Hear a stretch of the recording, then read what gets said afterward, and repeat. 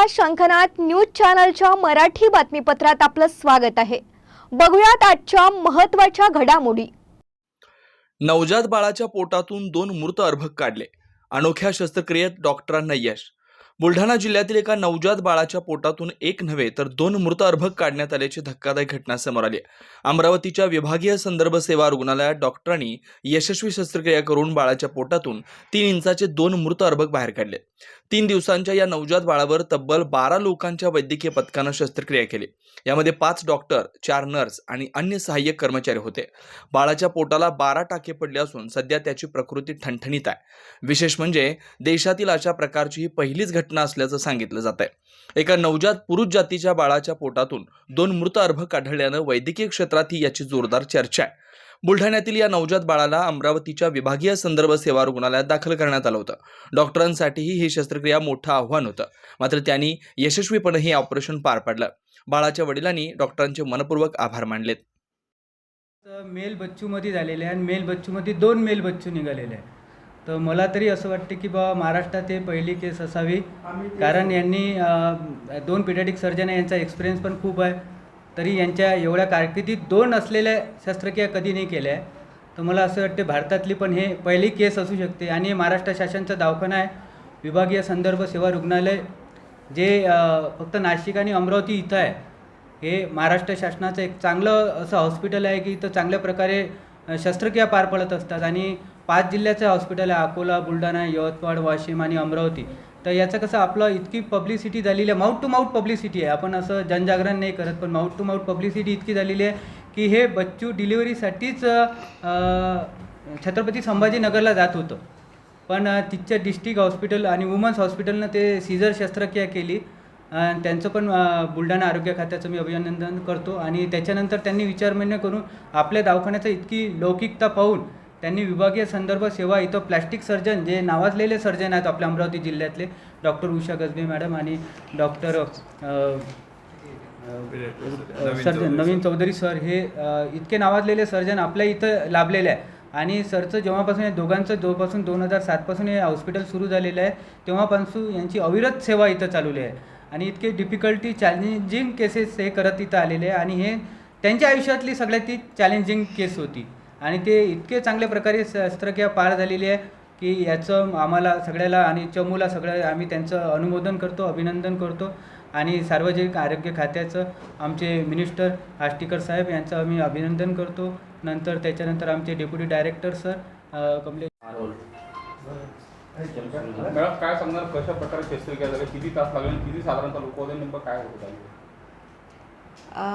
ही जी शस्त्रक्रिया होती ही 3 दिवसाचं बेबी आहे आणि त्याच्या बेबीच्या पोटामध्ये ट्विन्ससारखे पण जीव नसणारे अवयव होते, ज्याला हात पाय दोन्ही 2 बाळ होते आणि त्यांना हात पाय होते, डोकं नव्हतं आणि खालचा भाग शरीराचा बनलेला होता। तर ती शस्त्रक्रिया आज इथे सुपर स्पेशालिटी हॉस्पिटलमध्ये करण्यात आली आणि त्याला जवळपास 1-1.25 तास लागला।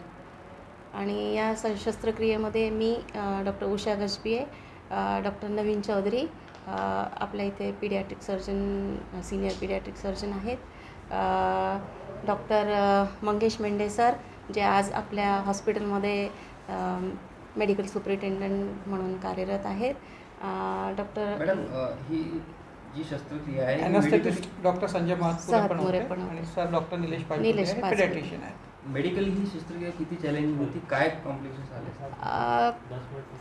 शस्त्रक्रिया चॅलेंजिंग असतेच, कारण की 3 दिवसाच्या बाळामध्ये तुम्ही जर मोठी शस्त्रक्रिया करता, ज्याच्या पोटामध्ये 2 बाळ आहेत आणि ते तुम्हाला काढायचे आहेत, त्याला रक्त सप्लाय पण असतो, तो रक्त सप्लाय नॉर्मल शरीराच्या अवयवाला जोडलेला असतो आणि त्यापासून तुम्हाला ते सेपरेट करावं लागते।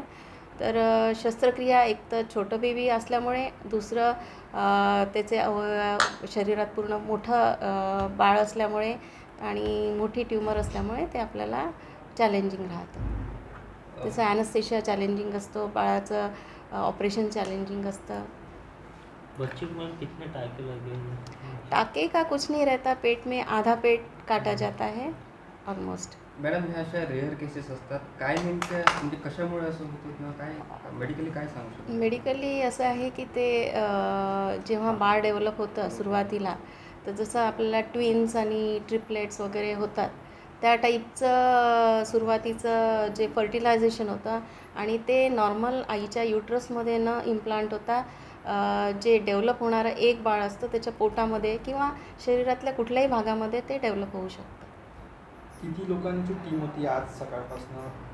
ते आपण सांगितलं आहे मी. किती लोक हां, असं आहे, हे जे आहेत हे आणि नर्सिंग स्टाफ जर अराऊंड 10-12 लोक होते. आता बाळाची कंडिशन्स कशी आहेत, काय होतं? बेबी सध्या आउट ऑफ ॲनेस्थेशिया आहे, बेबी वेल सेटल्ड आहे आणि थोड्या वेळाने आपण त्याला ॲनेस्थेशिया थिएटरमधून NICU मध्ये शिफ्ट करू. तो जो आपने ट्यूमर नहीं बोल सकते, पर मे बी शुरुआत में जो डेवलप होते हैं और डेवलप होने के बाद जब उसका ब्लड सप्लाई नॉर्मल नहीं रहता तो वो फिर ग्रोथ वहीं रुक जाती है, इसलिए पूरी डेवलपमेंट नहीं होती. आपके सामने ये पहली घटना है कि इससे पहले हो चुकी नहीं, है? इससे पहले मैं शायद 2002 से पहले एक बार हमने मेडिकल कॉलेज में नागपुर में ये शस्त्रक्रिया की थी, हमने की थी. 2 बच्चों की थी, एक immediate पहले? 2 बच्चे का तो बहुत रेयर रहता है पूरे जग में. अभी तक 33 मतलब 33 बच्चे ही है जिसमें मल्टीपल ऐसे ट्विन्स दिखे हैं और ये शायद ये 34वीं हो. और सिंगल वाले बहुत सारे रहते हैं, अराउंड 270 वगैरह बोल केसेस सकते हैं कि पहली घटना है अपने शायद विदर्भा में पहली हो. आतापर्यंत देशात 15 घटना झाल्या असं बोलाल, पण महाराष्ट्रामध्ये रिअल नाही, महाराष्ट्रामध्येही झालेल्या आहेत असं नाही आहे, पण मल्टिपलची मी गॅरंटीनी नाही सांगू शकत की ही आपल्याकडची पहिलीच आहे म्हणून, कारण की बरेचसे मेडिकल कॉलेजेस आहेत नागपूर, अमरावती आणि महाराष्ट्रामध्ये, तर होऊ शकतं. बेसिकली बाळामध्येच दुसरं बाळ राहणं. त्याच्यावेळी मी ॲडमिट केलं बाईला, त्याला प्रॉब्लेम झाली ती, अंगावर वाढ लागलं होतं, त्या हिशोबानं डॉक्टरनं त्याला गोळी दवाई दिली आणि घरी पाठवून दिलं सुट्टी करून. त्याच्यानंतर डबल ॲडमिट केला बाईला बुलढाणा. तिथं डॉक्टर अग्रवाल यानं बाईचं सिजर केलेलं आहे. पहिले 2 सिजर असल्यानंतर बी त्या डॉक्टरचा मी अभिमान न करतो आणि लई उपकार मानतो की त्यानं माझ्या बाईचं जीवन वाचवलं. आणि इथं हॉस्पिटलमध्ये पण डॉक्टर लोकांना माझ्या मुलगाचं जीवन वाचवलं, 2 मुलं काढलं. त्याच्याबद्दल मी त्याचा बी धन्यवाद करतो आणि सरकाराशी विनंती करतो की अशा हॉस्पिटलसाठी काही ना काही सुविधा करायला पाहिजे. आणि अजून पुढे जर असं त्रास असला कोणाला, कोणा बाईला, कोणाला काही बी त्रास असला असेल लेकराला, तर या दवाखान्याची सुविधा अजून वाढायला पाहिजे आणि प्रत्येक पेशंट इथं इलाज व्हायला पाहिजे, असं मी अभिनंदन करतो. धन्यवाद. तुमच्या मुलाची आता ऑपरेशन झालेलं आहे, परिस्थिती चांगली आहे, काय नेमक्या भावना आहेत, काय भीती होती का काय? सर भीती वाटेल सर की लहान मूल आहे, कसं होते काय होते काय नाही, पण त्याच्यानंतर डॉक्टर लोकांनी सांगितलं, आम्हाला विश्वास दिला की तुम्ही बेफिकर राहा, आमच्याकडे जर बोलावलं गेलं आहे पेशंट तर आमच्यावर विश्वास ठेवा.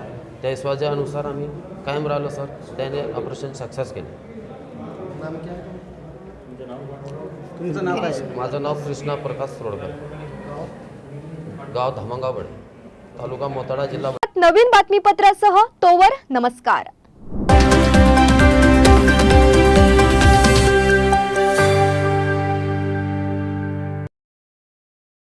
क्या आप इंटीरियर के बारे में सोच रहे हैं पर डिजाइन फाइनल नहीं कर पा रहे? होम इंटीरियर या ऑफिस इंटीरियर, किसी भी डिजाइन आइडिया को रियलिटी में कैसे बदले, आज हम ये जानेंगे इंडस्ट्री एक्सपर्ट्स से. हमारी कंपनी जो है डिज़ाइन ब्यूरो, उसमें interior designing, renovation, architectural design, landscaping end renovation, furnitures, ये सारे जॉब्स हमारे यहाँ होते हैं. और पिछले 20 साल से हम लोग इस फील्ड में हैं. और इसमें 2 से 3 कैटेगरी आप इसको डिवाइड कर सकते हैं, जिसमें कि हम रेसिडेंशियल बोलते हैं, कमर्शियल बोलते हैं और रिनोवेशंस बोल सकते हैं. बेसिकली क्लाइंट्स की नीड्स को अंडरस्टैंड करना, सो नीड बेस्ड एनालिसिस हमारे यहाँ होता है. सो क्लाइंट्स के लिए हम लोग परफेक्ट इसलिए हो जाते हैं, या हम उनके लिए दोबारा, या किसी क्लाइंट्स के लिए हम चौथी बार काम कर रहे हैं because of their confidence with us, कि वो हमारे ऊपर रिलाई करते हैं. हम लोग अमित को पहले से ही जानते थे, तो उनको हमने बुला के उनको जो स्ट्रक्चर है यहाँ पे ब्रिक्स वर्क चल रहा था तभी से उनको कांटेक्ट किया, उन्हीं को जगह दिखाई उनको स्पेस डिजाइन करने के हिसाब से कांटेक्ट किया, उन्होंने डिजाइन बना के दिया काफी अच्छा। जो भी मीन्स उसमें जो भी चेंजेस थे उनको वर्कआउट किया हमने। जब जो मटेरियल लेना था वो साथ में हमारे आए, सिलेक्शन के लिए आए। वो जो भी सारा सिलेक्शन उन्होंने काफी अच्छे से करवाया। जो भी उसके बाद में जो एक्सपेक्ट था उससे ज्यादा बेटर ऑफिस उन्होंने बनवाया। बजट अगर आपका लिमिटेड है तो लिमिटेड बजट में भी आप एक अच्छा इंटीरियर कर सकते हैं, ये हमारा विश्वास है। और हमारे क्लाइंट्स के लिए हम वही दे रहे हैं और उसी से हमारा क्लाइंटल बड़ा है। हर क्लाइंट की एक अलग स्टोरी होती है, उनका एक अलग रिक्वायरमेंट्स होता है। कई बार ये सारा मिस आउट हो जाता है, हम अपने डिज़ाइन उन पे लादते हैं, वो नहीं होना चाहिए। उनको क्या चाहिए वो हम डिलीवर कर सकते हैं, बस वो उनके बारे में हमको समझना पड़ेगा। तो हमारे इसमें हम एक ही बोलते हैं कि ड्रीम कम्स ट्रू। आप ड्रीम देख रहे हो, हम उनको फुलफिल करेंगे, वो हमारी रिस्पॉन्सिबिलिटी है।